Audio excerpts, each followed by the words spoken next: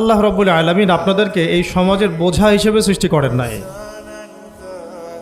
আল্লাহ রাব্বুল আলামিন আপনাদেরকে এই সমাজের বোঝা হিসেবে সৃষ্টি করেননি, বরং আল্লাহ রাব্বুল আলামিন আপনাদেরকে এই উম্মতের একটা গর্বিত অংশীদার হিসেবে সৃষ্টি করেছে।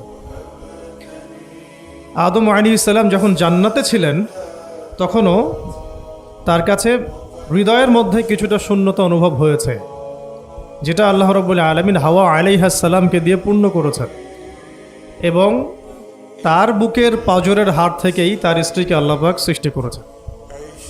এবং উভয়ের প্রতি আল্লাহ পাকের নির্দেশ কিন্তু সমান ছিল। এমন না যে আদম আলাইহিস সালামকে বলা হয়েছে এই গাছের কাছেও যেও না, হাওয়া আলাইহিস সালামকে বলা হয় না, এই ব্যাপারটা কিন্তু এমন নয়, বরং উভয়ের প্রতি সমান আদেশ ছিল। ওয়ালা তাকরাবা হাযিহিশ শাজারা, তাকরাবা শব্দটা দ্বিবচন, তোমরা দুজনের কেউই এই গাছের কাছে যাবে না।